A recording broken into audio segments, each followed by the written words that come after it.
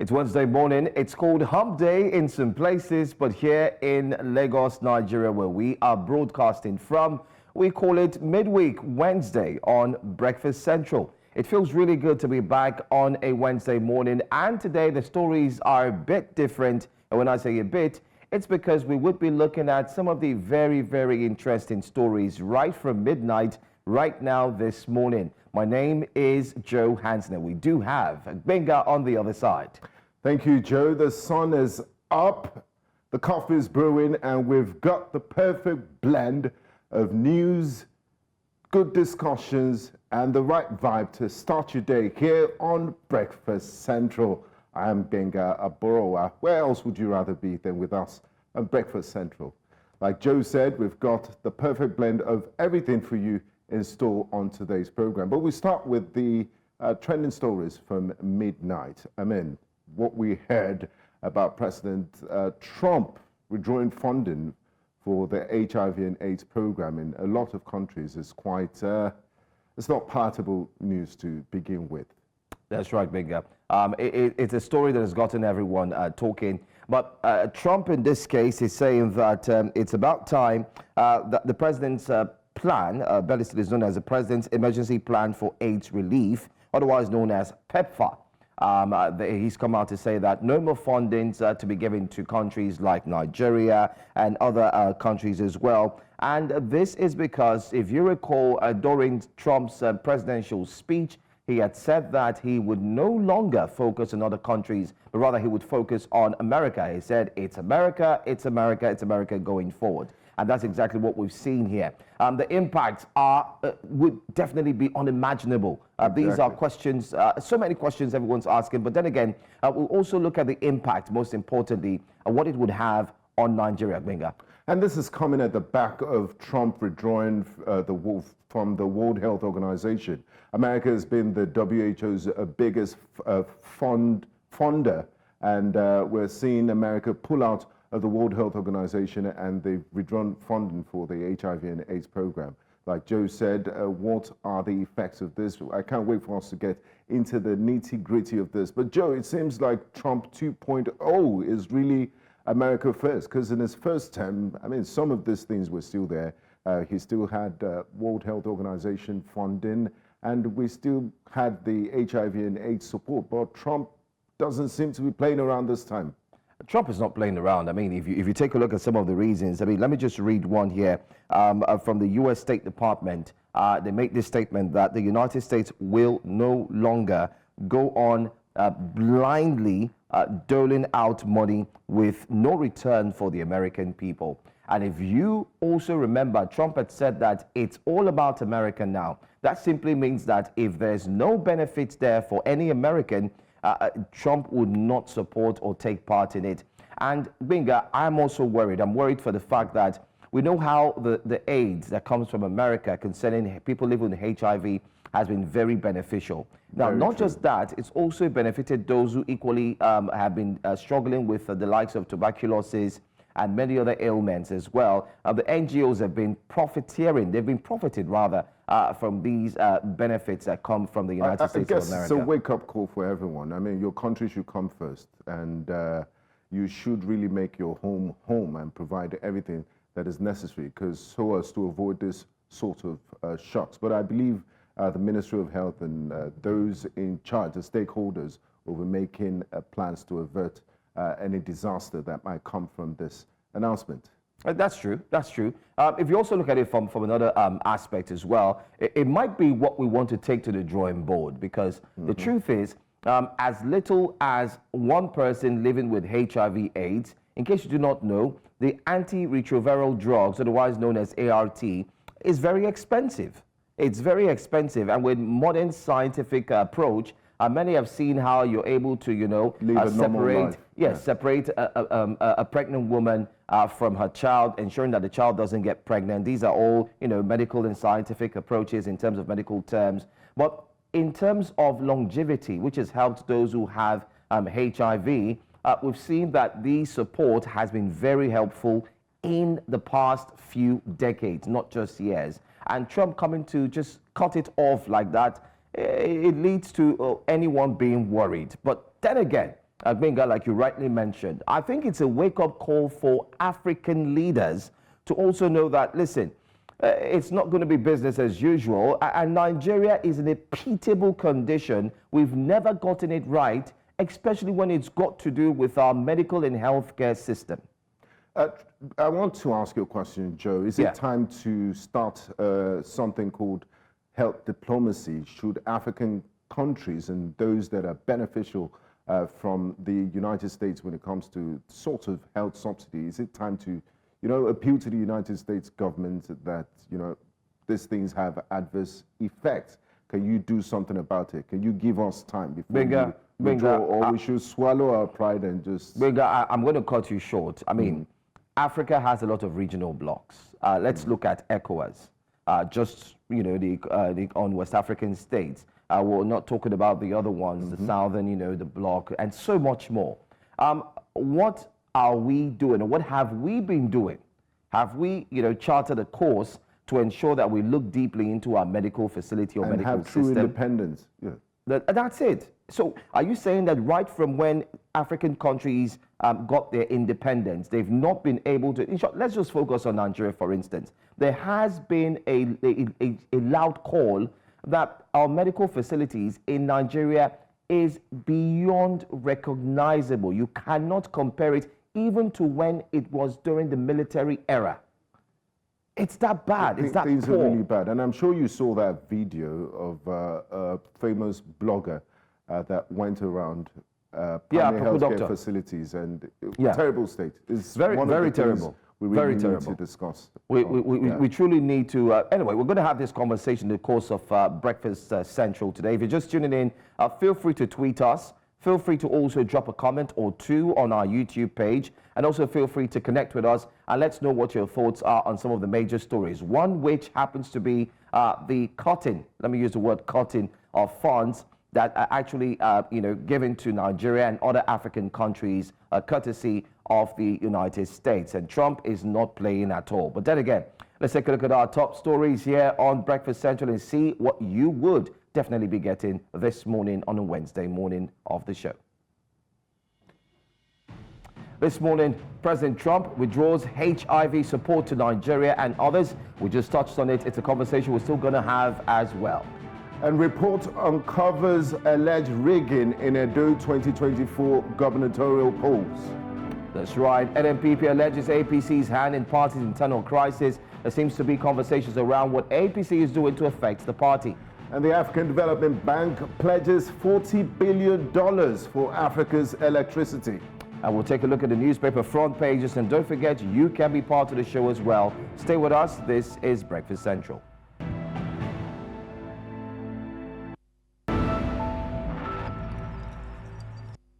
It's time for breakfast headlines at News Central. We begin in West Africa, where Nigeria's President Bola Ahmed Tinubu on Tuesday joined other African leaders at the Mission 300 African Energy Summit in Dar es Salaam, Tanzania. President Tinubu was spotted alongside Tanzanian President Samia Suluhu Hassan and others at the summit. The two-day summit has been hosted by the government of Tanzania, the African Union, the African Development Bank, and the World Bank Group.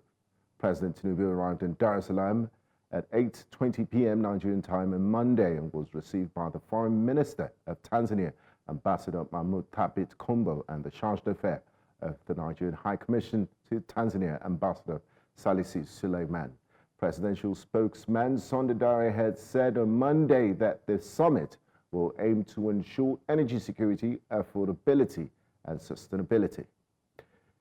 In the meantime, Nigeria's Vice President Kashim Shettima has expressed regret that democracy in Africa is experiencing setbacks, blaming it on complex pressure, which includes past and contemporary challenges like endemic poverty and insecurity in many countries of the continent.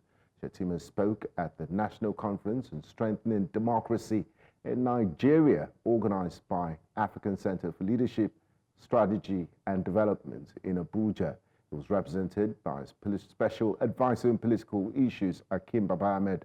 According to the Vice President, Nigeria's position as the bastion of democracy in Africa is to respect the sovereignty of people and encourage a return to democracy because citizens in each country desire that return.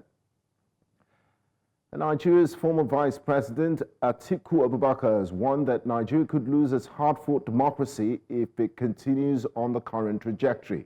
He spoke in Abuja as a panelist at a national conference on strengthening democracy in Africa organized by the African Center for Leadership Strategy and Development, a Center for Democracy and Development, the Westminster Foundation for Democracy, the Peering Advocacy and the Advancement Center in Africa, and the National Peace Committee. The former vice president said some of the challenges political parties were facing had moved to governance. He said the challenge should be to see how the National Assembly, through various laws and legislations, can help ensure this objective is achieved.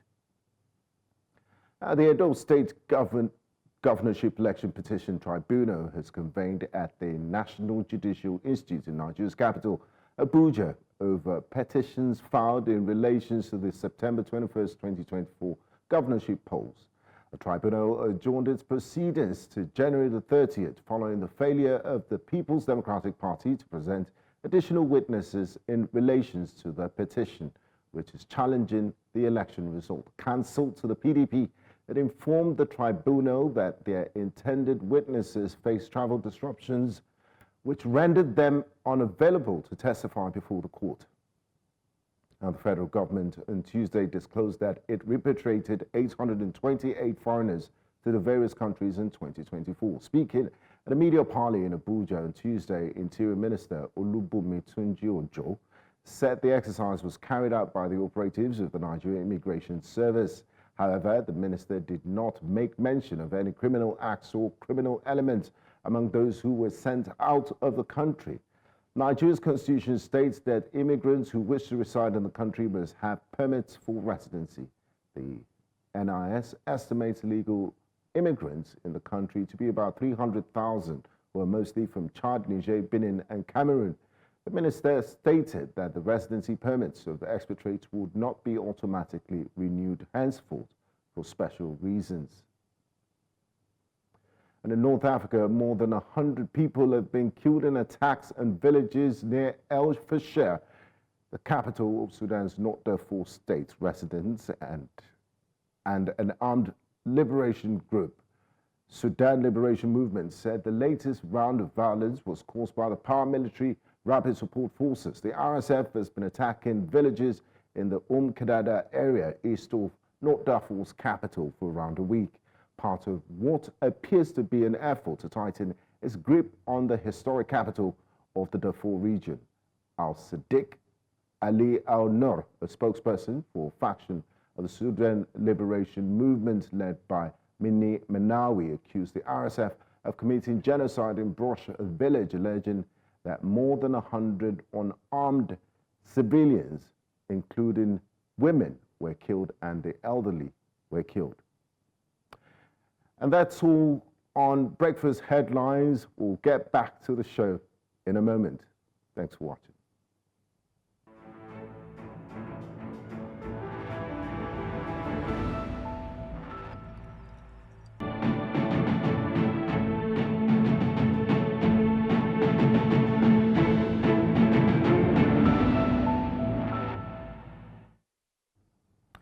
Welcome back. The African Development Bank has pledged $40 billion to help the continent achieve its energy goals, which aims to provide electricity for 300 million residents by the year 2030. The objective, known as the Dar es Salaam Declaration, was agreed by several African states, including Nigeria's President Bola Tinubu at the recently concluded Africa Energy Summit, which held in Dar es Salaam, Tanzania. Amadine Uyi compiled this report, and here it is. It was a two-day summit hosted by the government of Tanzania in collaboration with the African Union, the African Development Bank, and the World Bank Group.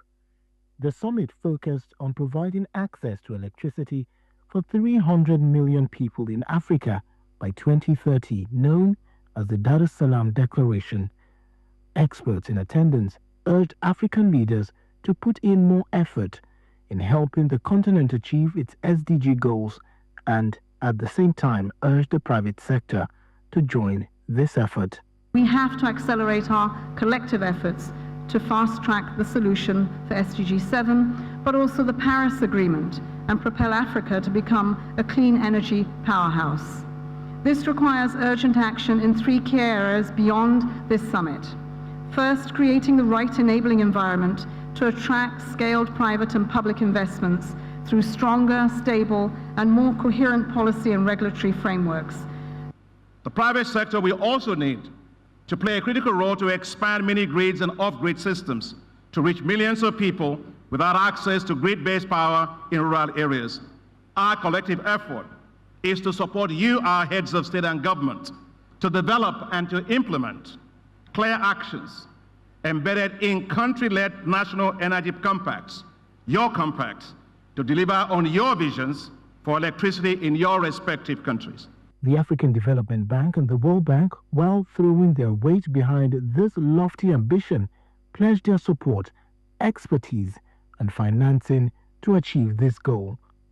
The African Development Bank and the World Bank have developed a very clear path to achieving the 300 million access goal.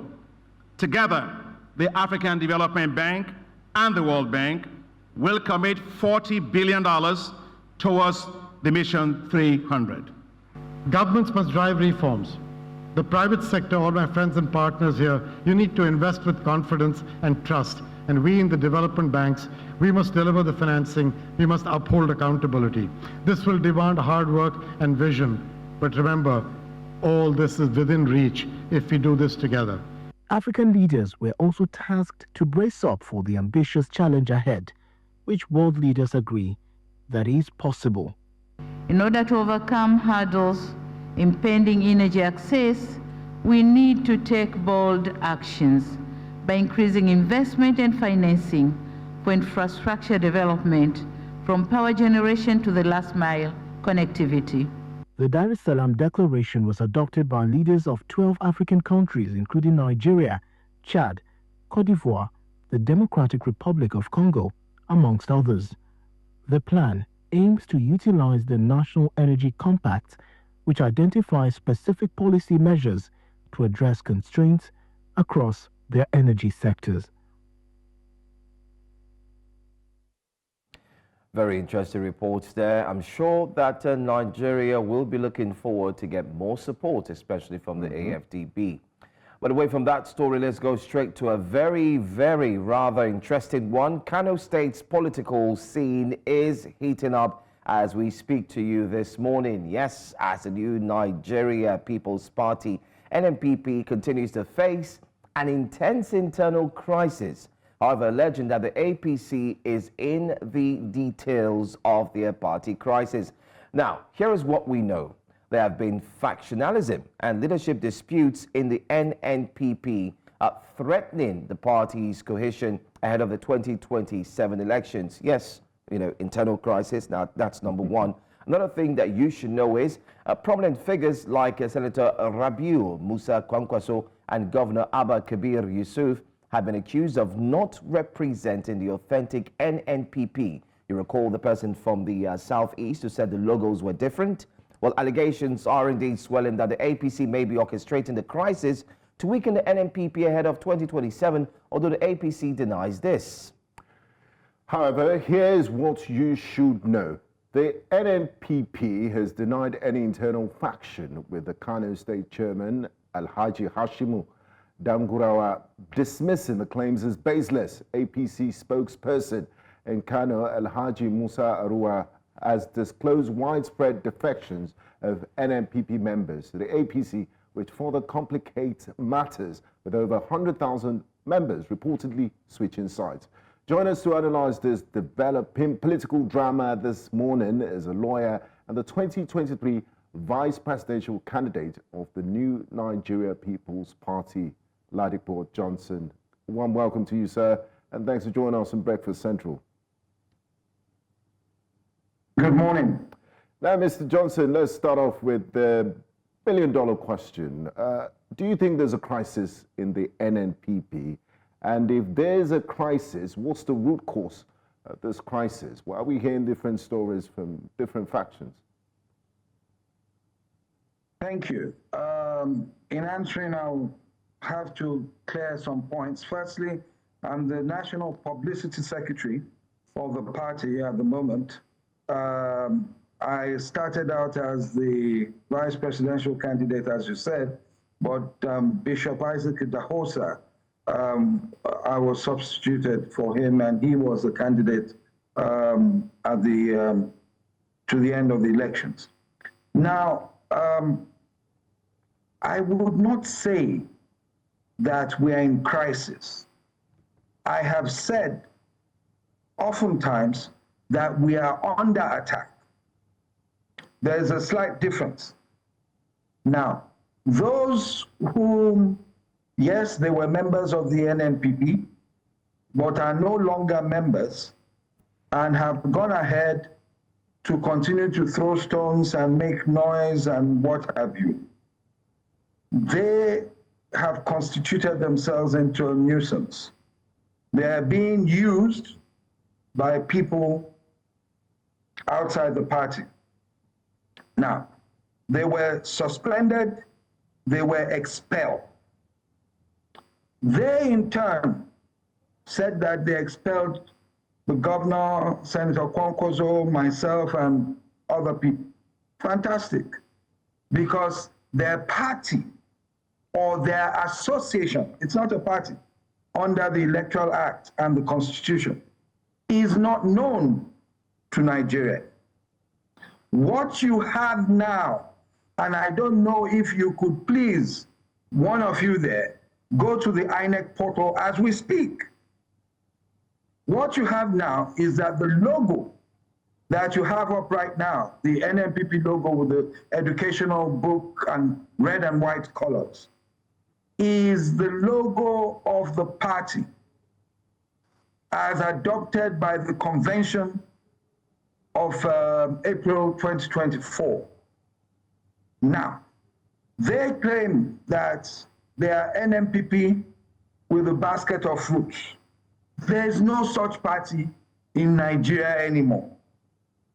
So please, if you go to the INEC portal, look at it. You will see the logo. You will see Dr. Ajuji Ahmed, Dipo Olayoko as the secretary, Ajuji Ahmed as the chairman, Robert Horn as the legal advisor, etc., etc. Unfortunately, we are so lowly, they don't put the publicity secretary's name there. INEC doesn't. But if not, if you go into INEC, you'll see that Ladipo Johnson is the National Publicity Secretary at the moment. So it is all right for people to stand anywhere and say, we are this, we are that. But there's a procedure. There's a way that these things are done. That aside. Now to the issue of the, although it's an important part of the question you asked, we are under attack. And we say that because we have seen it in different occurrences, different incidents, that the APC, especially in Kano, have attacked, in quotes, politically, the NNPP, and of course, the tool they use at the moment, or are using at the moment, are the same people who have been expelled. Because it's easier for them to use them. They'll say, yes, we were here, we were the original NNPP, we're this, we're that. The governor is no longer recognized. During the Supreme Court, I'm giving you some of the examples. During the Supreme Court issue, they came out, had a press conference supporting the position of the APC as against that person who would have been, who is purportedly or who was purportedly their gubernatorial candidate. That's Governor Abba Yusuf of Kano State. They were against us. Thank God they lost. We won at the Supreme Court. Again, you will recall what happened during the Emirates issue, when the Kano State House of Assembly sacked former Emir Ado Bayero. The former Emir was brought back into Kano amidst heavy, tight security. and issues happened. The party had to join Emir Sanusi in occupying the Emir's palace. And to date, the Emir's guest house, which they call the Nasarawa Palace, is being occupied by Ado Bayero, and he has more security details there than even the governor of Kano State. So we say to those who has the authority to bring someone into a state with the military, or to bring someone to a state and keep the person there with the police. And your guess is as good as mine. And that is why some people say it could only be permission from the presidency, and that is the APC. So that is the second part. Then they, of course, you know that the APC, a member, they went to the Federal High Court. When it now came to the, and then let me link it again, purportedly our own people, they are no longer, you understand, who were in NNPP or NNPP association with basket of fruits. They went to, the public, what do we call it, press conferences and what have you, supporting Ado Bayero. Then we came to the local government elections. They actually went to court. That is the people who are no longer members of the NNPP and the APC. Both went to court, praying for the same thing, to stop the local government elections. So when you have those three, and then little incidents, the latest being last week, when the Molud by the Tijaniya group was to be held in Kano. You would have seen the crowds. The Nigerian police, the night before, say, no, it's not safe. There's a terror alert. Don't hold this. The state went on. They held it. The police were not there, apparently, and it went peacefully. Well, you had hundreds of thousands or millions of people there. It went peacefully. So it makes you wonder, but we are no longer wondering. We know.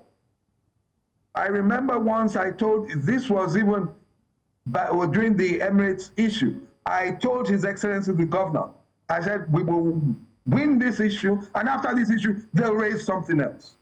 It will keep going on until 2027, okay, when they lose again. That's the APC. All right, in Kano. Mr. Johnson, you've broken down in clear details what the challenges are and what they've been, and you say the NNPP is under attack. So can we clarify this? It means that the NNPP doesn't have any internal crisis. Is that what you're telling us now? There's no internal crisis? Sir, please, if you are a news central, if one or two of you, either Omoba or Amazing, decide that they want to move to a different network, does that mean you're in crisis? You're not in crisis.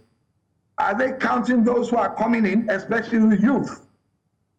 I was explaining this to someone in Lagos 2-3 days ago before I came to Abuja.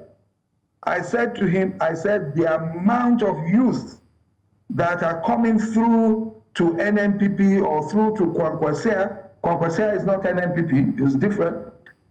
I said to them, I said, it's amazing. I don't know most of them. So you have one or two people who have been in the system, who might have aspirations that they might not achieve or might feel they would not achieve within the system, who will cross carpet. That happens, that's not a crisis. What is making you think we have a crisis is the fact that we have people who were members and are willing to be used as tools and are being used as tools to throw stones, to say, no, this person is suspended. No, this person is not in the proper NNPP. What I always wonder is, I always ask my friends in the press, don't you ask them questions? You're asking me questions now. Now, I've told you, go to INEC, look at the if you do not want to waste your time going, just Google INEC, go click, political parties click, you'll see all the logos, you'll see all the names of the chairman. Simple things. I asked at that time, how does Agbo Major go within 1.5 weeks from being a publicity secretary that was suspended to being a national chairman without a convention, and the press accepted. Thank God there was I will not name his name, he has a politics program on one of the other major channels. Had an exclusive long-term interview with him during the weekdays in the evening, or one of the weekdays. And he told him, he said, Agbo Major, I remember how they ended the show, I cannot call you national chairman of NNPP. You might say you are, but I cannot call you that because I know that at the moment, the people, and we're not Kwankwaso group either, because I was about to say that, but the national office, as is in Mahatma Gandhi in Area 11, are the ones that are on the INEC portal. Okay, thanks for we seem to accept everything. Thanks for your clarification, Mr. Johnson. They say a house divided cannot stand on its own. You've mentioned a few things. And defections are not a new phenomenon in Nigerian politics. The APC spokesperson in Kano State, Alhaji Musa Arua, disclosed that over 100,000 members reportedly switched sides from NNPP to the APC. How does this impact your chances in the 2027 elections? And the authentic leadership of the party, you and the national chairman, the ones on the INEC portal, what steps are you taking towards, fixing your house and making sure that the disgruntled and ex-members of the NNPP, like you said in your words, will not be used as tools by the ruling party? The first thing, I don't know who the publicity secretary of the APC is, and I don't mean to insult him, but you should please try to check that he's not on, he wasn't high on something when he was speaking. You understand? I don't know where they saw 100,000 members crossing from NNPP to the APC. On the contrary, you will remember that people crossed and keep crossing every day to the NNPP in Kano. And you will remember that even Ganduje, their national chairman and former governor in Kano, was removed or suspended from his ward. And the people who left the party subsequently. So it is actually going the other way. But talk is cheap. You can't stop people from talking, as I say. Talk is cheap. They will say whatever they want to say. But how do we protect ourselves? Is by continuing to deliver good governance in Kano State. It is, the bar is low. Because if you've had Ganduje for 8 years, I tell you the bar is low. And of course, Abba Kabir Yusuf has exceeded that when you look at what is done in education, healthcare, etc., infrastructure, what is going on at the moment. So that is the first thing. The youth in Kano, please, you need to do an independent exercise. Talk to the youth in Kano on the streets. They'll tell you that there's hope, that this is the government that they see that gives scholarships to the youth, that does this, empowerment programs, etc., etc. So we are a party of ideology, and we keep doing what we have to do. There's always room for improvement, and we will keep trying and attempting to improve in delivering services to the people. What we can do, what we have to do, apart from that, is to do what I'm doing right now, to keep going around, setting the record straight, because they will not stop until elections. They will keep misinforming Nigerians, keep getting people that they can give money to, who will stand up and tell you that overnight he has become the authentic chairman of NNPP in some states in the country, not just Kano, because they'll keep running from high court to high court, and you don't expect that all judges know what is going on. But they go to those courts and do not tell the courts the whole truth. They do not tell the courts that they've had a case in the Federal High Court in Abuja, where they have been listed and been told that they are no longer members of the party. All right. They went to do some fast in Abia recently. They took the old constitution, took it to the court. The old basket of fruits. There's no party that has the basket of fruits anymore. Anyway, I'm sure when we do have that faction join us, we would also get their own views and their own thoughts. Sorry, sir. When you do have that group join you, We would like to have you a faction. You know, you are the journalists. I don't know English much. I had to Google the other day, what is the faction? It says it's a smaller part of a bigger one. They are not part of us. And they say we are not part of them. So let them tell you how they... So I will call them the group. We have told you, go to INEC. Yeah. I would The like group, to have both of you at the you same can time. talk to them. No problem. When we have that group, like you rightly said, that they do not want to be part of your own group, in other words, so we can't call them a faction yet, we'll make sure that we get their own side of the story as well. But in the meantime, thanks for clarifying that there's no internal issues with the NNPP. Rather, you are being under attack. Thanks for your time, National Publicity Secretary Ladipo Johnson, for joining us this morning. Thanks for having me. Have a lovely week. You too. Well, let's move on down to our next story, and it takes us away from Kano State. Let's head straight to Edo. Yes, Edo State. Well, the September 21st, 2024 Edo State governorship election actually has come and gone, but then again, it's come under investigation following allegations of electoral rigging, violence, and manipulation in influencing the outcome. Though Deputy Inspector General of Police Frank Mba reported a peaceful electoral process, findings by Foundation for Investigative Journalism, FIJ, suggest significant irregularities during and also after the election. But here is what you should know. Now, INEC announced APC candidate Senator Monday Okpebolo as the winner with 291,667 votes, defeating PDP's Asue Godalo and Labour Party's Olumide Akpata. However, it's been alleged that INEC announced results without certified copies for 12 wards, raising questions about the credibility of the figures. Violence was recorded in the gathering of Auchi, leaving an official injured, and also the results for some wards were reportedly replaced with uncertified documents. Furthermore, there was no control of overvoting and result manipulations. The FIJ reports that votes were cancelled in the most populated ward of Ikoba Oka without explanation, leaving 10,928 accredited voters disenfranchised. In Ego and Akoko Edo local governments, discrepancies were identified where votes were allegedly inflated in favor of APC, while PDP suffered deductions in several polling units.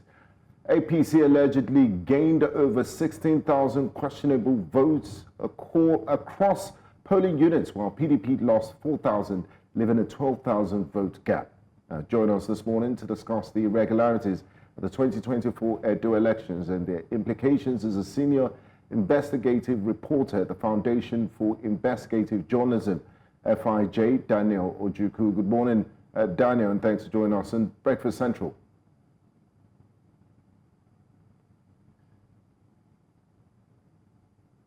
Daniel, could you kindly unmute your device? We can't hear you. Thank you. Okay, great to have you, Daniel. Let's start off with this.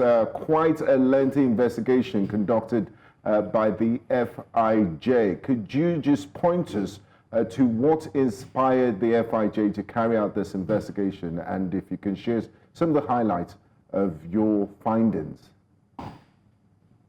Okay, so the Edo election had been dubbed controversial for a while. Several entities had come out to say that they had reviewed it of our CSOs have done the same. They have said that their findings show that there were irregularities. And we realize that when several people come up to make these claims, the feedback, the reaction is usually, oh, they're speaking along party lines. They're from the opposition, so they're biased. We then decided to embark on this investigation.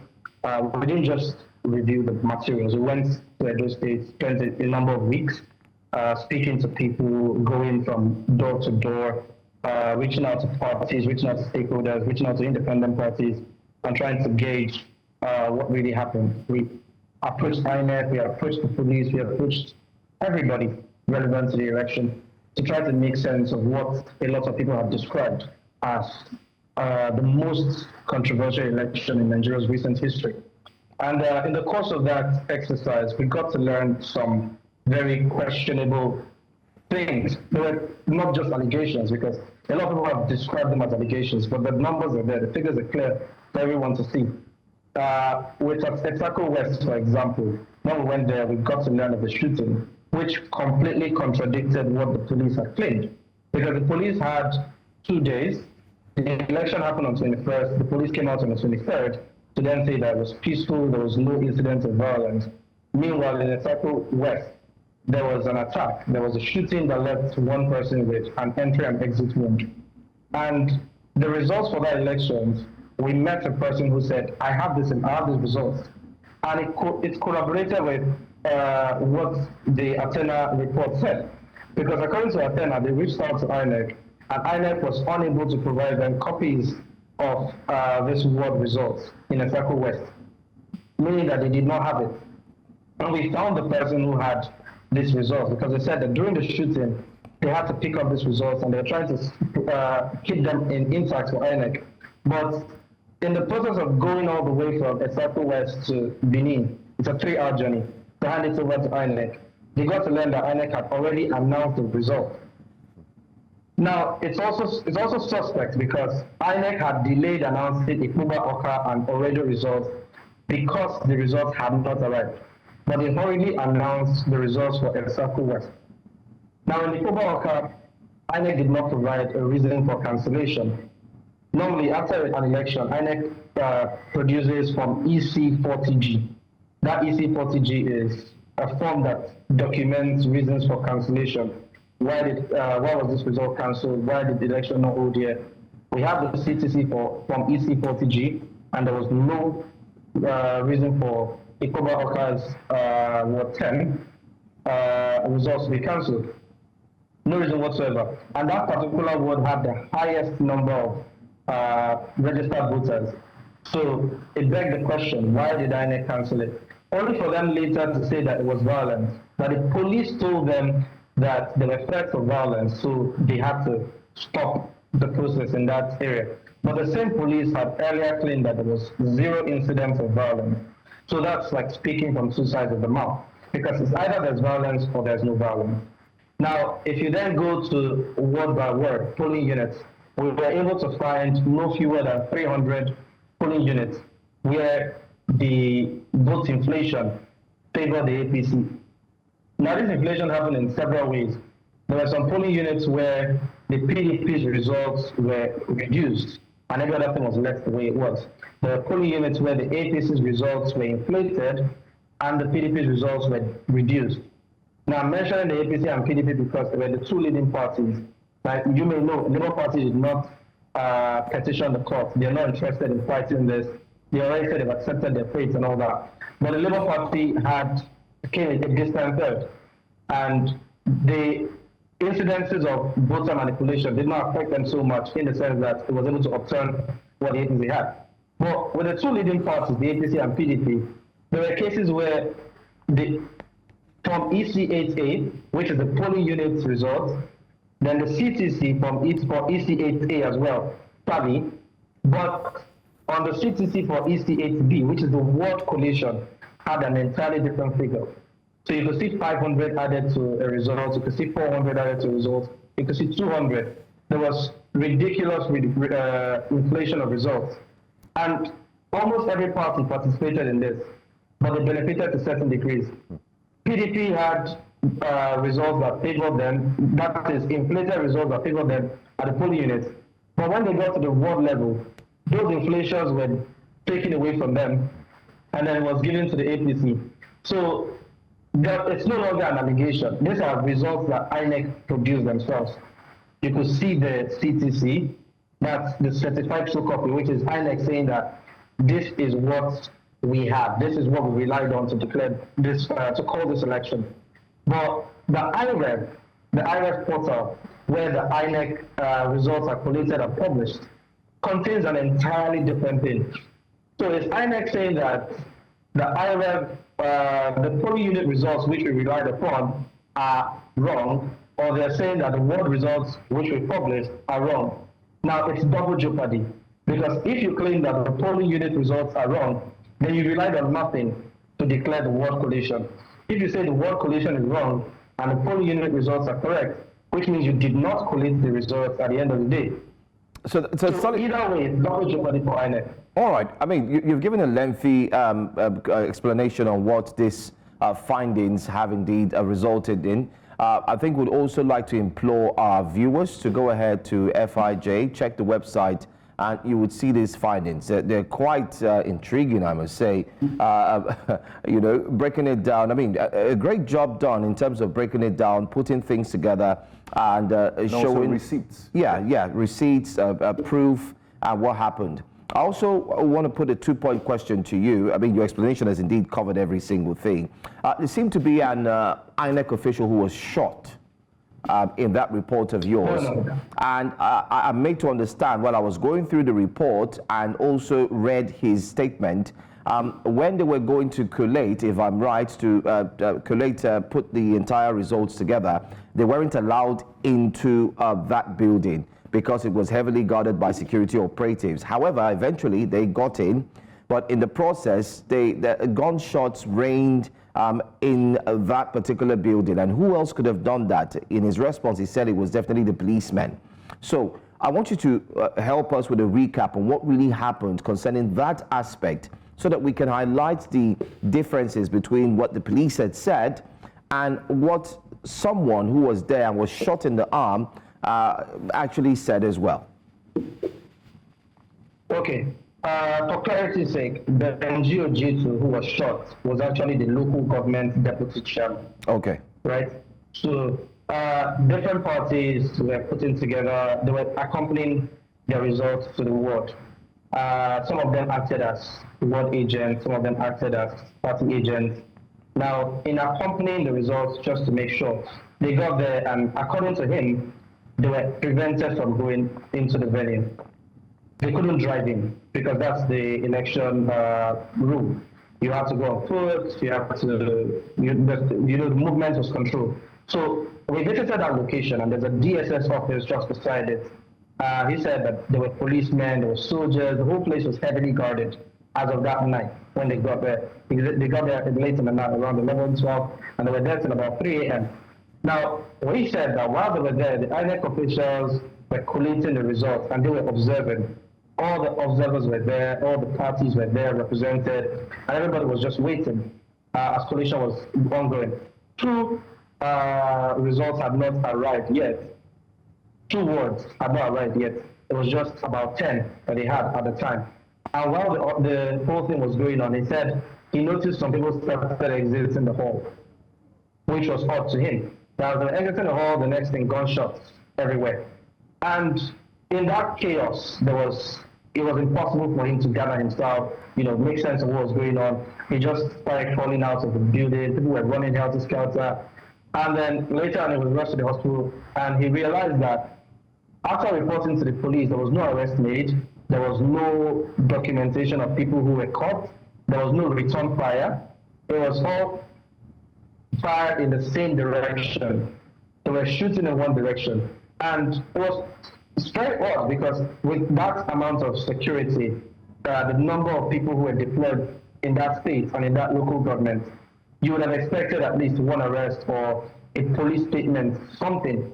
Even if you're unable to catch the culprits or you're unable to gun them down, you're supposed to at least put out the statement and say, look, we are aware of this incident. But the police did not have that incident report. So if you have an LGA that is heavily guarded with police presence and military presence, and nobody was able to come out to say, we witnessed an armed attack on us, and we are hell-bent on catching these people, it brought OGA to the conclusion that the police were involved. Now, we presented this question to the police. Are you aware of this incident?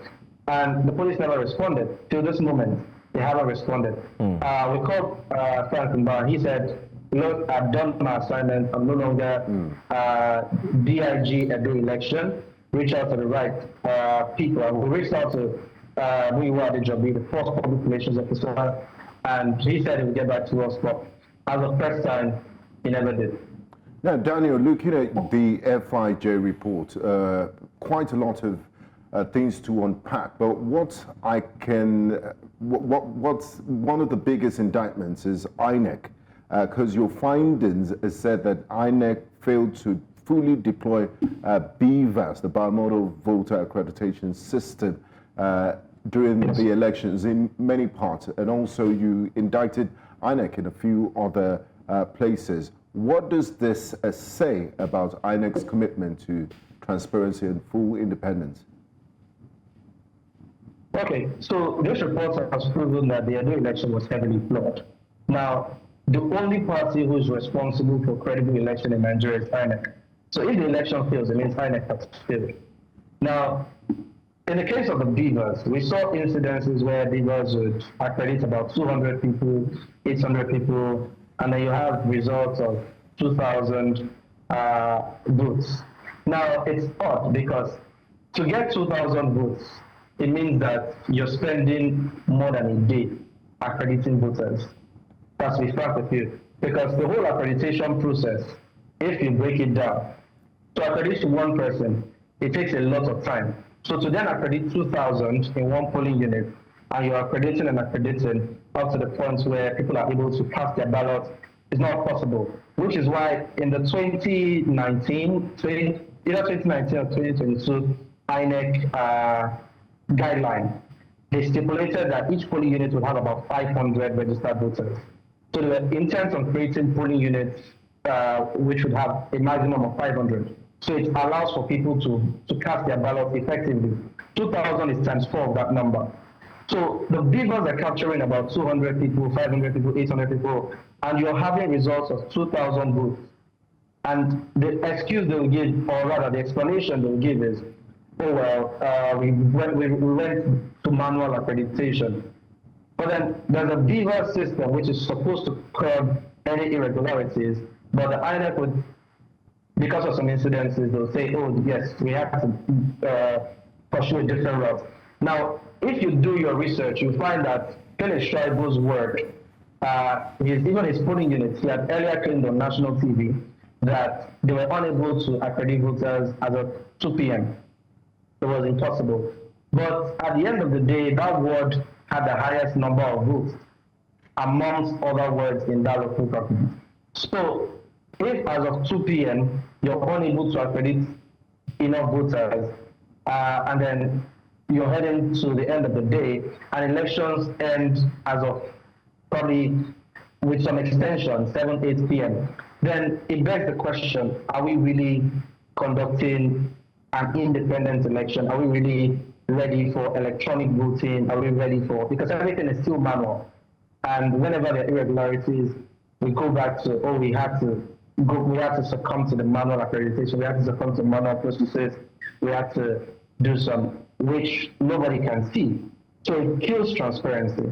The IRF was supposed to uphold transparency, Beavers were supposed to uphold transparency, but every time we distance ourselves from this, we saw it in the 2023 election, where it was claimed that IRF, Beavers are all INEC's personal property, so INEC can decide what they want to use or not. But for the sake of transparency, it's ridiculous when you have a few hundred people accredited by Beavers and then thousands of people voting in the same ward and the same polling unit, and then you have discrepancies in numbers. Anyway, I'm sure INEC would definitely respond to this journalism, research, all the hard work put in by FIJ Let's see what INEC will come up with. Just before the news cycle starts, I'm very sure that they would come up with something. But it's also important to note that the case is currently in court. I mean, the PDP has taken the APC to the election tribunal. So the governorship elections is being contested as we speak. Sure. Anyway, I want to thank you so much for joining us, Daniel Ojukwu. Thanks for your time, and we'll talk to you again. Thank you. Thank you for having me. Well, it's been 1 full hour of a very interesting conversation so far. If you just tuned in, this is Breakfast Central on News Central.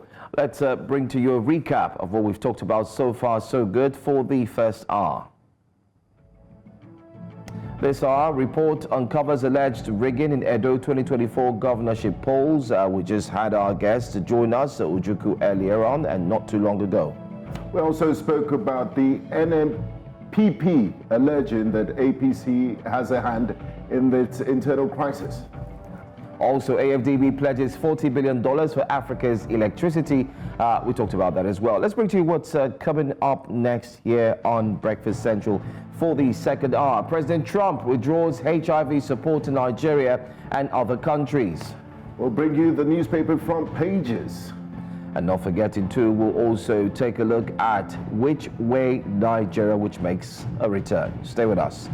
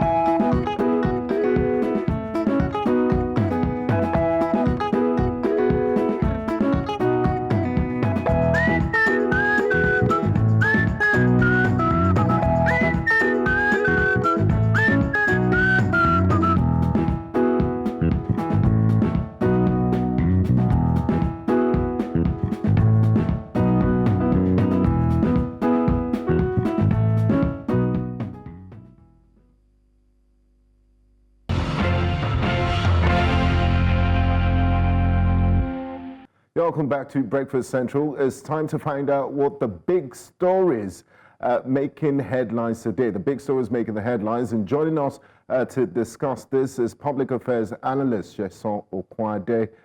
Thank you very much for joining us, Sheson. Yeah, good morning, Benga. Good morning, Joe. Good morning. To our viewers across the globe. Glad to be here.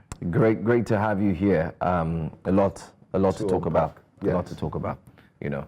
But I mean, I'll let Benga do the honors as he takes us through the very first paper for this morning. Okay, Benga. let's look at the Daily Independent newspaper. The headline screams in red: lingering crisis. PDP BOT meets today. National Secretary positions top agenda. And the writer says, as Governor Mba Wabara and others will be at the stakeholders meeting. And also still on the Daily Independent newspaper, there's a letter of gratitude by His Excellency. I believe it's an advert. We have also Atiku political desperation responsible for PDP's catastrophic disintegration, says the APC. And Kiyamo says, the Minister of Aviation and Aerospace Management, Festus Kiyamo, it says, I'm excited with Independence Award and recognition. Interesting developments there. But let's, Sheson, I'd like to have your take on this. It seems the opposition in Nigeria is in disarray.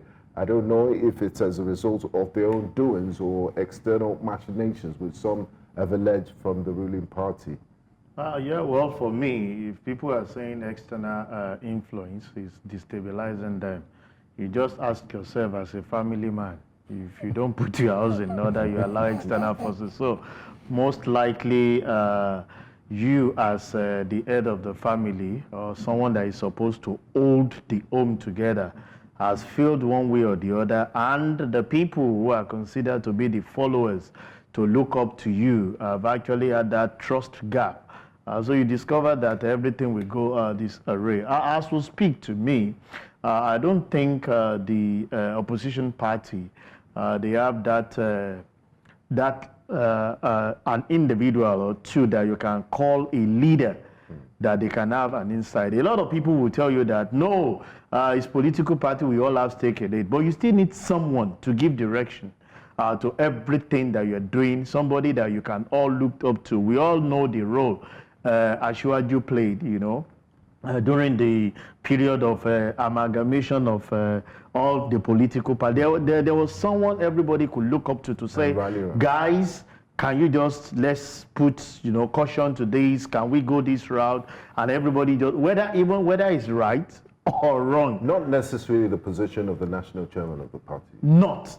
There must be a leader. That other one take maybe one or two instructions. A lot of people, that's how politics works. If you go even to United States of America, go everywhere, there are individuals that are behind the scene that some of these national chairman, secretary, those political office holders, we always looked up to.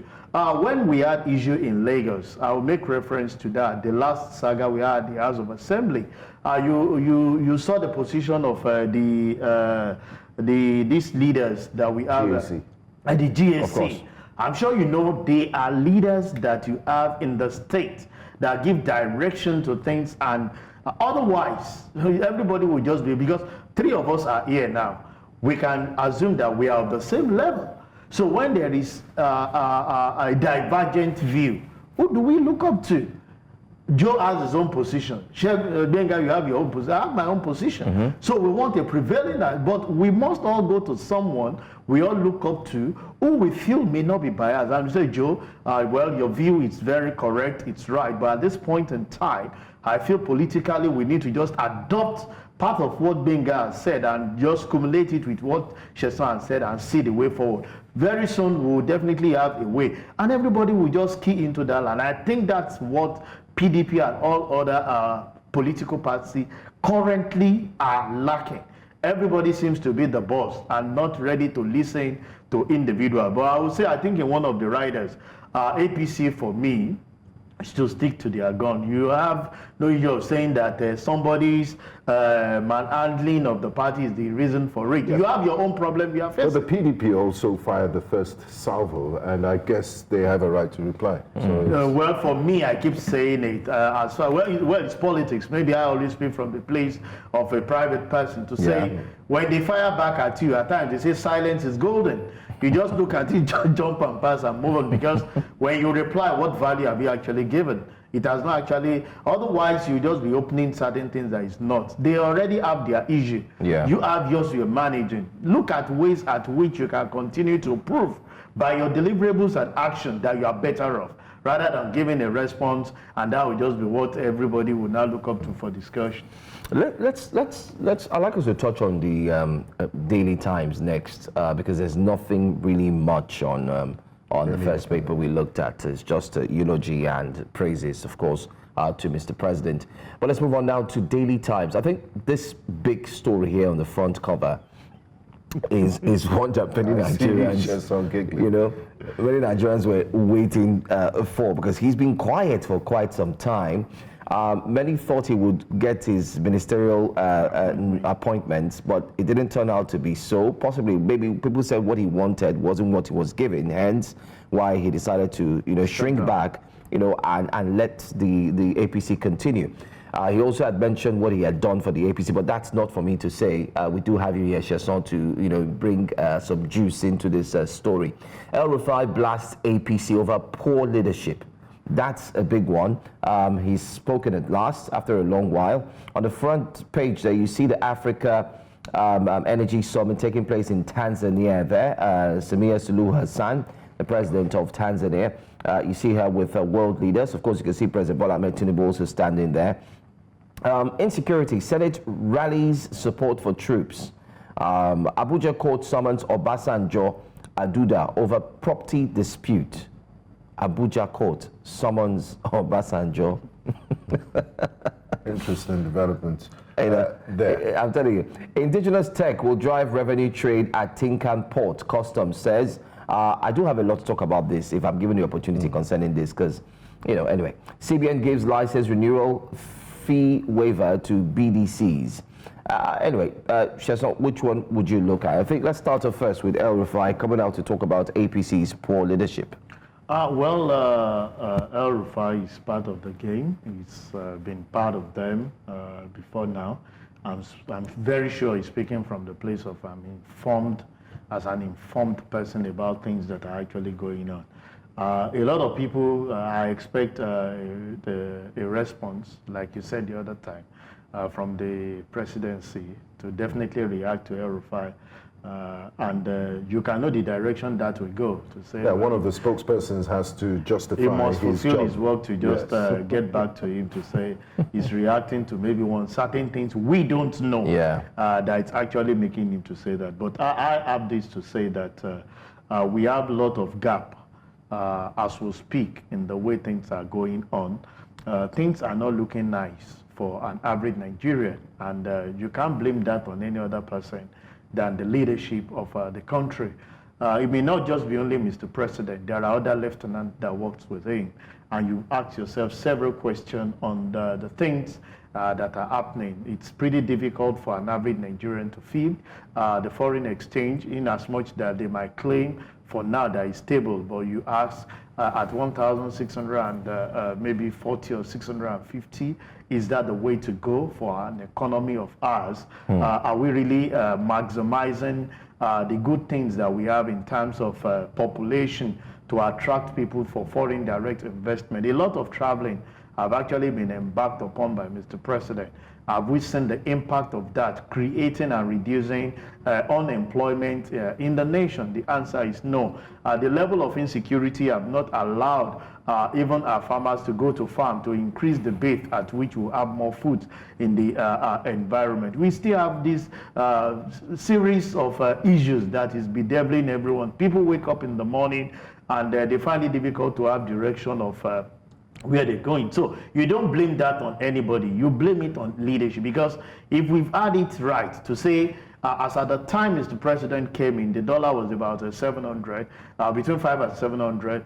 And as of today, we are getting it to be at 80 naira per dollar. I'm sure they will not give kudos to Joe or Benga or myself. They will give it to the president. Of course. So they will give it to the leader. Let me put it that way. So if he's talking to us this morning that we have poor leadership, is to tell us that there are things that have actually lost guard, that we are not saying that if the leader is firm on it, I think we'll have more direction, because people have so much. Understand, but being El Rufai might understand the inner workings of. He has been a governor, and that is a position of leadership, if you ask me. So you understand the dynamics, and he's speaking from that perspective to say, as a leader, some of the promises Mr. President gives, we are still struggling to have the impact of some of these things. We are not getting the value. But the APC, the current leadership, will tell you that, they're just a year in office. They're not even at the second year mark yet. That some of these travels, some of these policies need time to come to fruition. But we should not forget the fact that this is a continuity from a past. It's the same political party. How much of the achievement of last administration are we actually capitalizing on? Because while President Buhari was going, he said he did a lot that the new administration would definitely ride on to give succor to Nigerians. But we've not seen what we heard after his exit, that we have actually been living a cosmetic life, that they've actually just been window dressing and decorating a lot of things that this administration has come to unravel. That's to tell you the inconsistency in part. So does that mean that the leadership of the party at that period do not have insight into what was going on? Because all we were thinking is that with so much, Buhari said this 8 years is a period for you to go through these processes as the new administrations are coming in. And we heard that from Mr. President. In one of his campaigns, he said in my dialect, Elofokobale, Amajawale. We have not seen anything Jawale. At this point, it's not that we are, I'm saying, it's just we are using the word. Is that a campaign strategy that we did not see? Because while that statement was coming on board, I want to have a belief that they have an insight into things that are actually happening. And it speaks volume for when you see people reacting to say, we do not believe in this administration. We do not have, because you are there as part of the last administration, being a leader of the party, you have the mandate, you came out and said, guys, we understand your hardship, we understand the things that you're going through. Go and calm down, we are going to change the dynamics of things. And what we get is quite different from the promises that you get. Is it until when we now have 3 months or 4 months to the end of the administration, then the new coming administration, whether them or new person, will now come again and say, you know those promises we can't continue like that, because day by day we seem to be having previous administration done better than this in terms of what, because I know when Buhari came, people said it was better than Jonathan.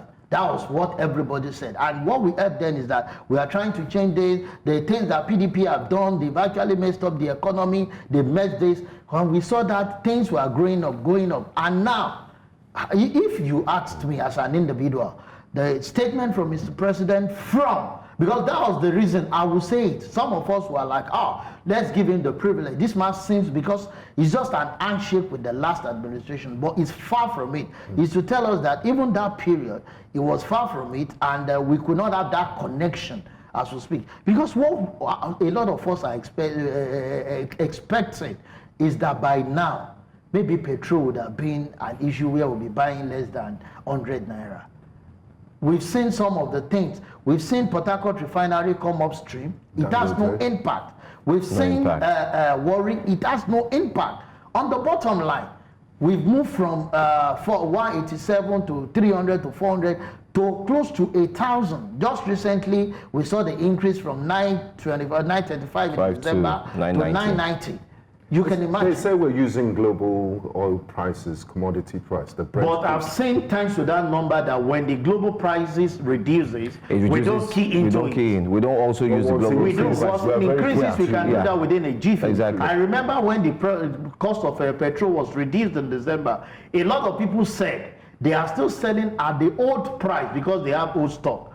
But when you increase, you don't sell at the old price. To the people, you sell at the prevailing price for that period. It's a failure, and I will continue to say, it's a failure of the system and weak institution on our path. And the people that are assigned are the people we refer to as the leader. So we must work things out. Businesses are not smiling. I must let you know. A lot of organizations cannot even increase salary because they are not making ends meet. They are retrenching day by day. People are losing their job. And when you have more people not having access, look at the kids said the tax reform is a game changer. We've been on this battling for a while. If indeed we have good handshake, we should have had this considered and see the way forward to see. If businesses are not growing, there is no how the economy can grow. And that's why we keep advocating that government needs to be intentional.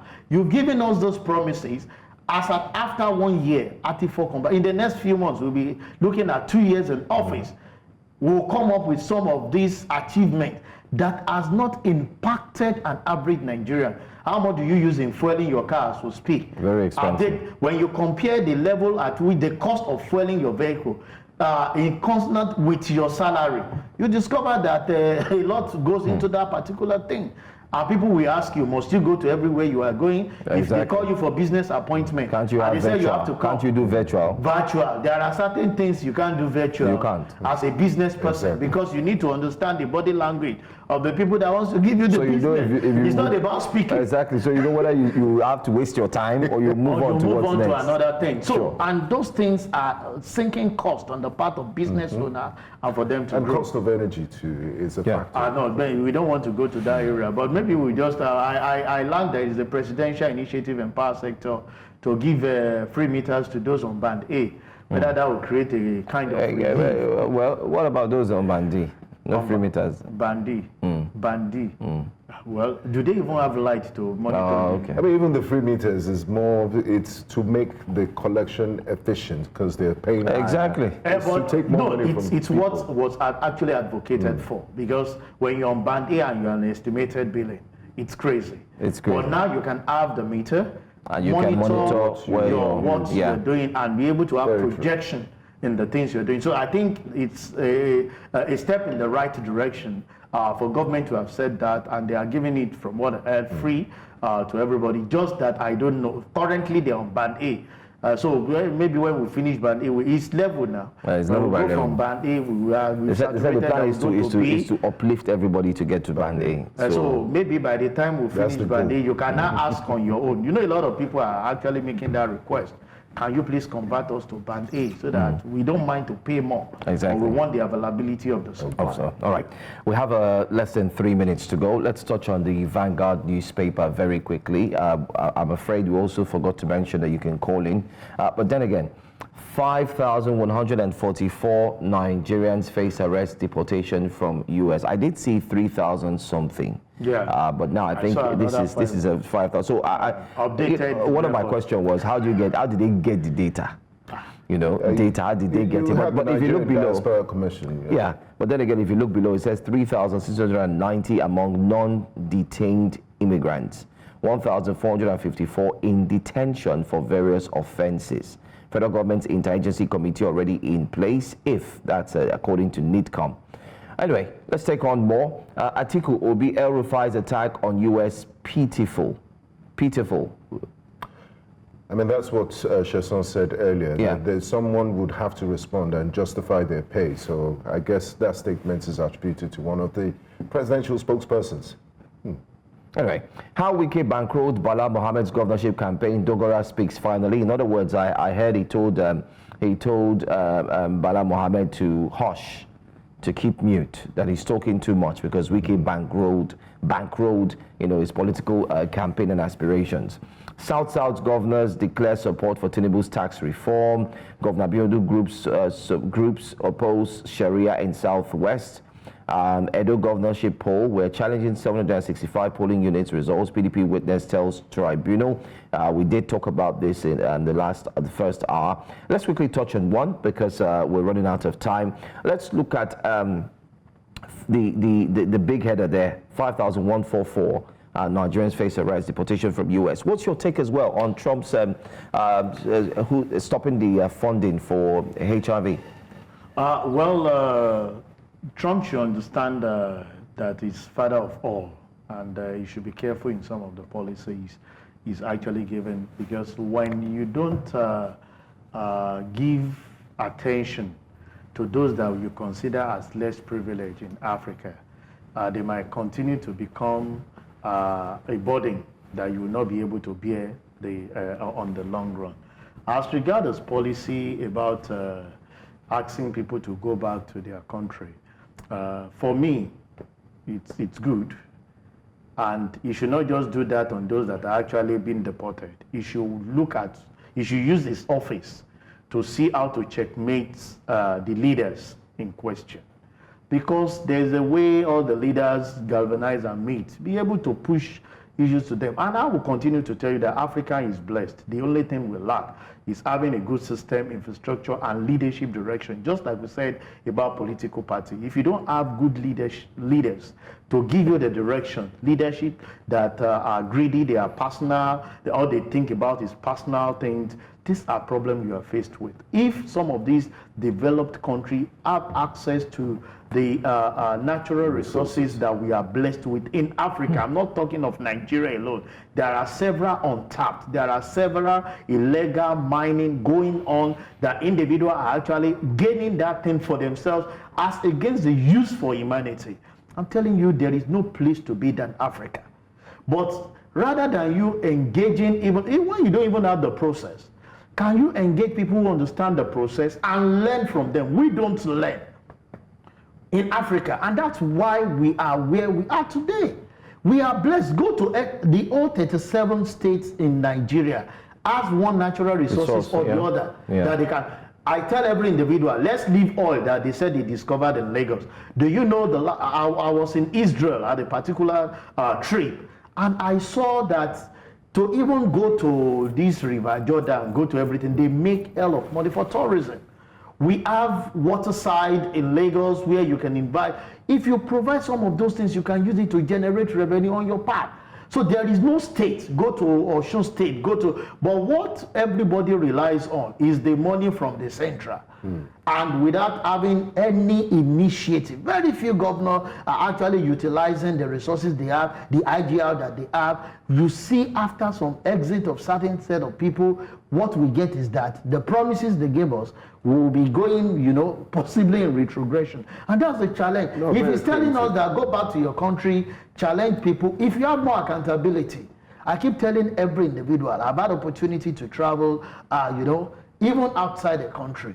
The only thing that makes the difference between that other nation you are going, whether you want to say UK, US, Canada, is because they have a system that works. Their leaders are held accountable. You've seen severally where people will resign their office. Have you ever heard of anyone in any politician? Please, I stand to be corrected. After gaining office. I think the Prime Minister of Slovakia resigned a few days ago because of a disaster that happened. We've been seeing all those tankers taking hundreds of lives, and no one person has been. Nobody has also been brought to book. Nobody has been accountable. You will not, I mean, we just saw Canada, Trudeau saying, "Listen, I'm done. I'm done." So that will not happen, and those are the things we're saying. These failures that we're seeing, when you hear about the death of hundreds in a day, in a week, you know, to issues that you can avert.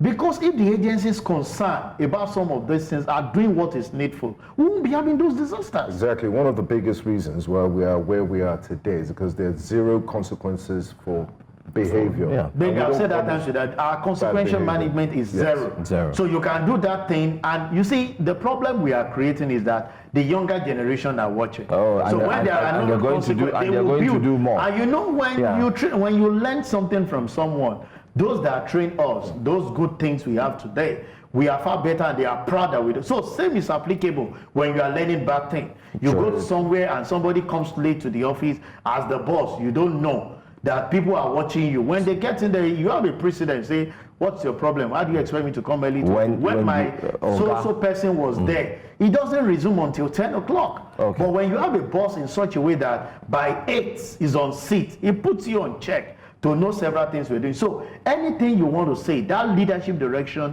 is key. So that even those that are around you, you will see that at the beginning of Buhari's, he said body language, Buhari's administration. But the body could not move to change so much things at the end of thing, and that's where we are today. Always a pleasure having you, Sheso, helping us with the analysis of the papers. It's glad to be here. Great. Anyway, we'll go on a quick break. When we come back, we do have Which Way Nigeria, and don't forget we have the big conversation that we would be looking at concerning Trump and, of course, HIV/AIDS. Find out what it's all about after the break.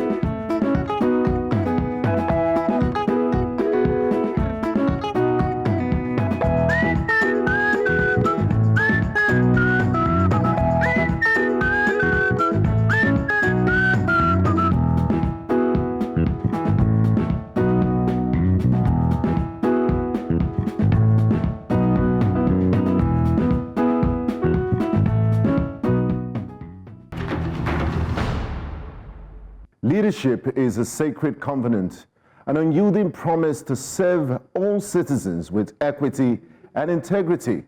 Yet President Bola Ahmed Tinubu's recent appointments to federal boards and agencies have cast a dark cloud over this covenant.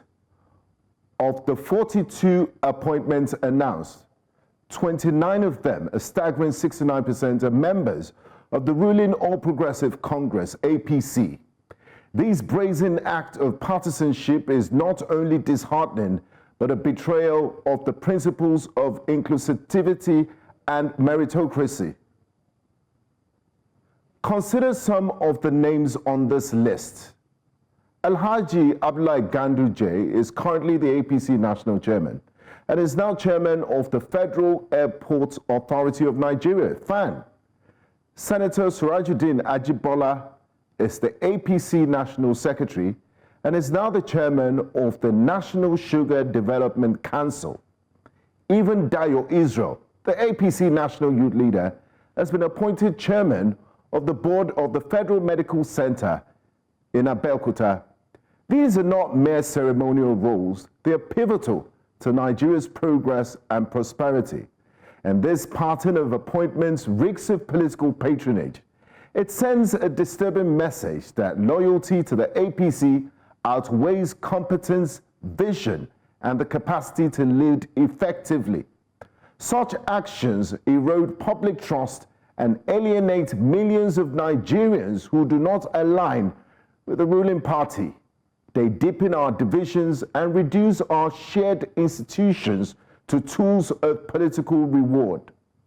Mr. President, these appointments are not just names on a list, they are the architects of Nigeria's future.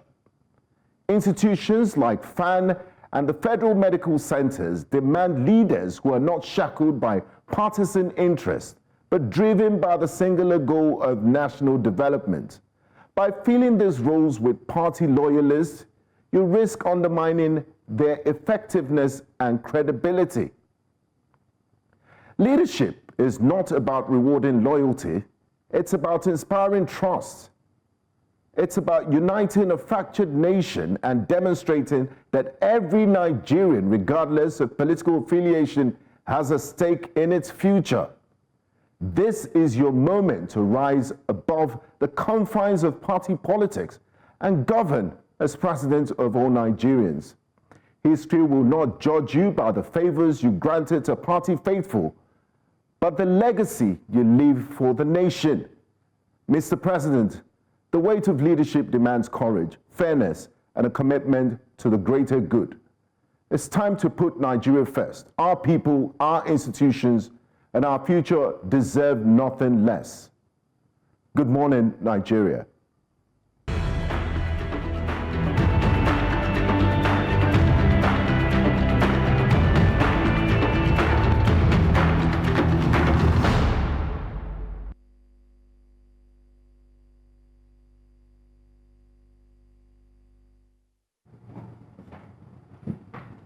Welcome back. Well, let's move on now to our very interesting story after that, very thought-provoking aspect. Well, the U.S. government has halted the support for HIV and tuberculosis treatment in Nigeria. Other developing countries as well are affected following an executive order by President Donald Trump signed on his first day in office.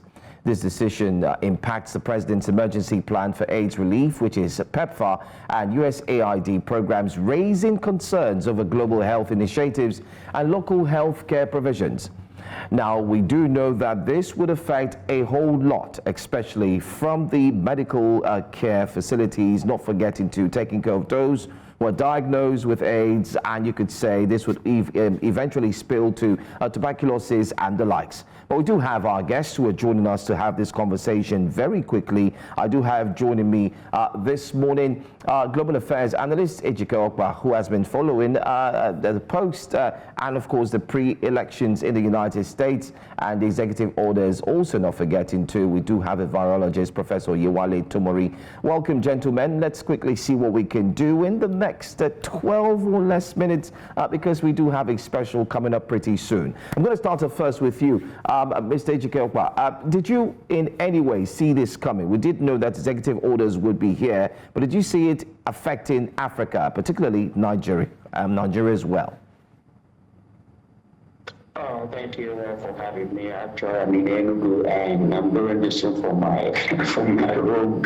I didn't see it, happening or coming, but at the same time, I'm not surprised that it can because, over the decades, America has done what it can to support aid. It's about time that Africa, with its own scientific resources and other resources, step forward and begin to address public health issues that affect them. You can't just wait for somebody across the planet to always come to your rescue. You're going to have to put your money where your mouth is. I think it's very relevant that nations begin to take those responsibilities as opposed to just fold their hands and think, manna is going to fall from heaven.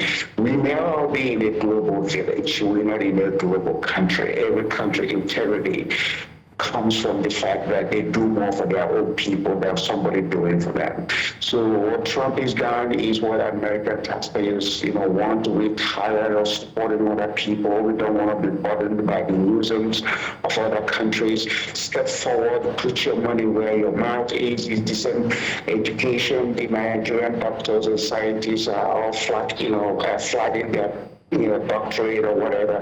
Use those things to solve problems and not just to use it for prestige. So maybe this is a wake-up call. Maybe they will now encourage them to go back to the drawing board and see what it is they can come up with internally in order to address this issue. Thank you, Ejike. Professor Tomori, Ejike says it is a wake-up call. Maybe it's a wake-up call for Nigerians and, of course, Africans to address some of these issues. My first question to you is how critical is PEFPA's funding on the ongoing treatment of HIV patients in Nigeria, and what immediate impact could the suspension have on their health?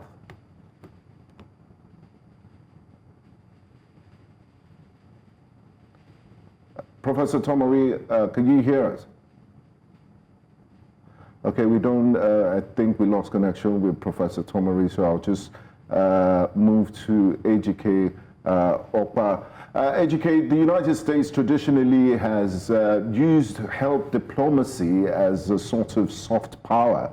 And in the same week when Trump announced this, he's withdrawn from the World Health Organization as China has decided to step in and make up for the funding gaps.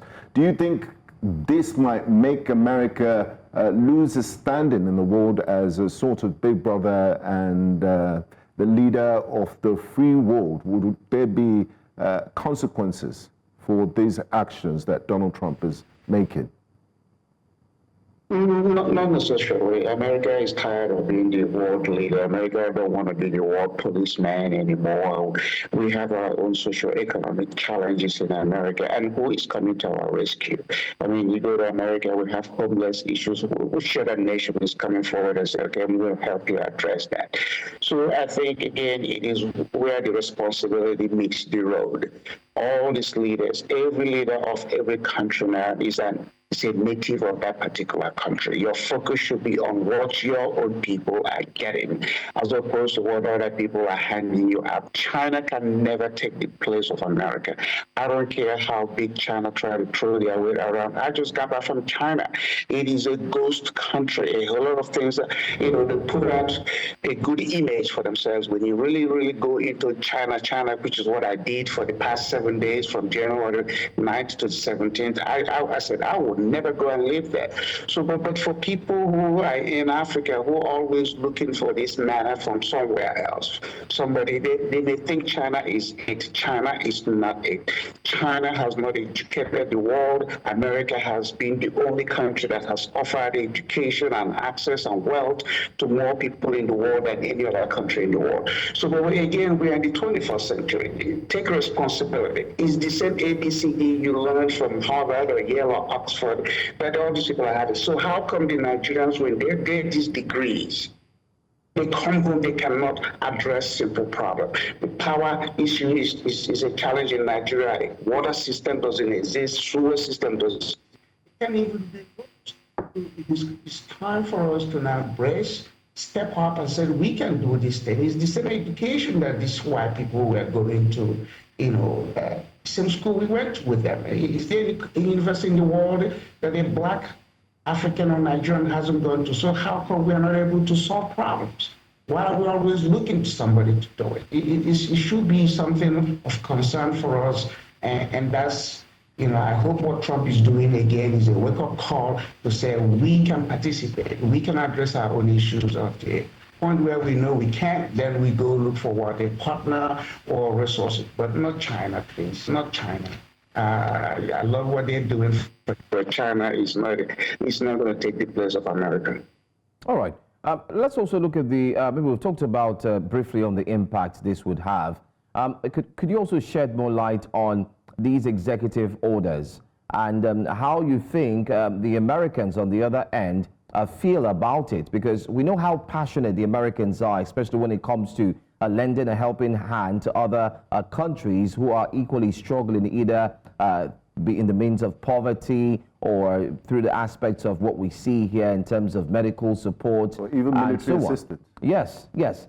We know. So how are the Americans taking this particular executive order where Nigeria, one of the countries, will not be receiving aid concerning this? Well, I mean, who's the American? I mean, I'm not American by naturalization, but the thing is, when you go inside America, we go into the 50 states in America, you see socioeconomic challenges, which is health, housing, unemployment, poverty. I mean, you see them grow the data. They say 4% or 4 out of every 10 American is living paycheck to paycheck. I mean, that's a fact. But is anybody stepping forward is say, oh, let's go help America? So Americans, the reason they voted for Trump is to say, we're tired of all this, trying to be everywhere in the world, but nobody's anywhere for us.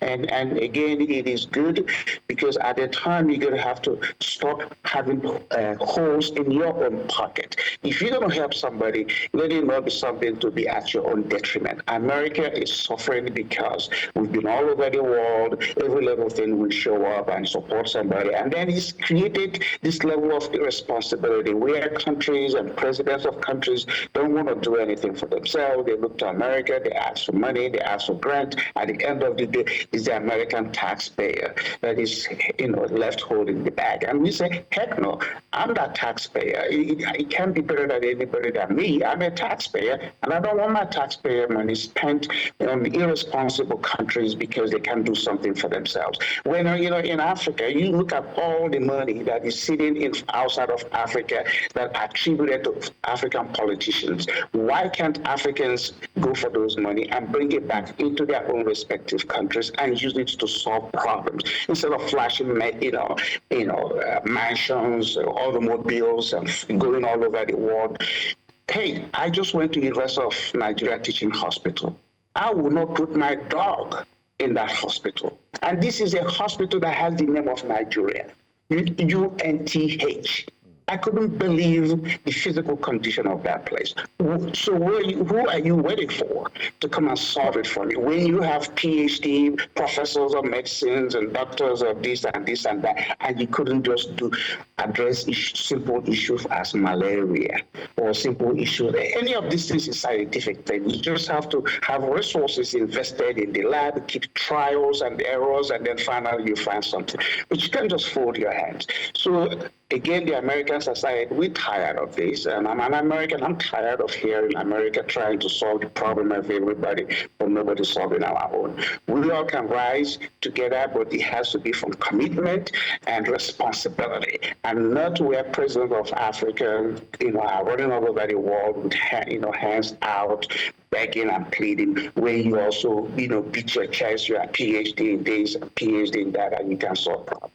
Let's solve problems. Leadership is about solving problems. And when you can't solve it, then you go out looking for partners who will now come in and fill the void. And while that void is being filled, you are learning.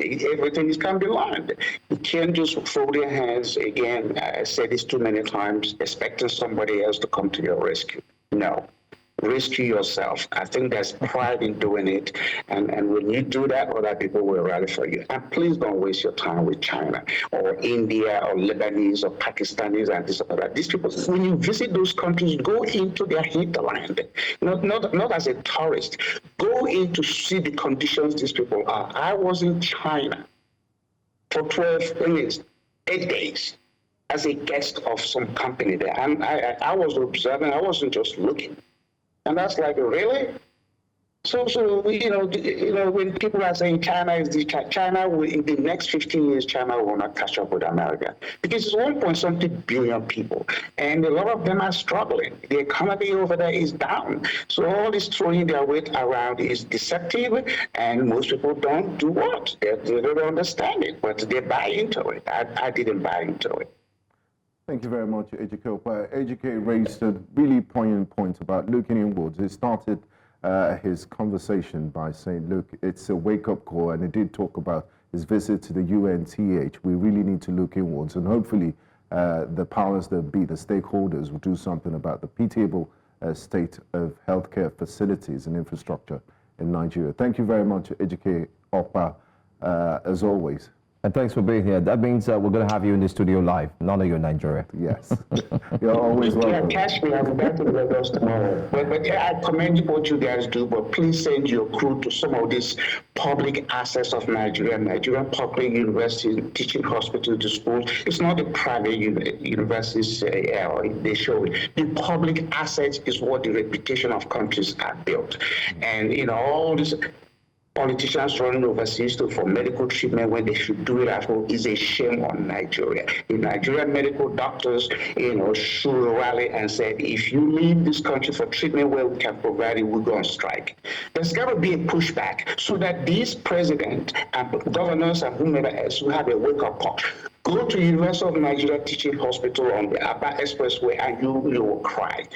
You see women, pregnant women, in the emergency room on Quantum floor. Absolutely. I mean, these are conversations that we plan to have for as long as possible, especially with this new executive order. But we'll get to join you again some other time. Thank you so much for your time, Mr. Ejike Opa, for joining us. Thank you for having me. All right, great. It's been a fantastic show, no doubt. I want to say thank you so much for also joining us for the 2 hours. Wow, it's 2 hours already. Anyway, we have good news for you. We'll tell you what that good news is. Just make sure you stick to us maybe on Friday, all right? Okay. See you guys tomorrow morning, by the way. I'm Joe Hansen. And I'm Ben Gabor. Thanks for being a part of the program. See you tomorrow.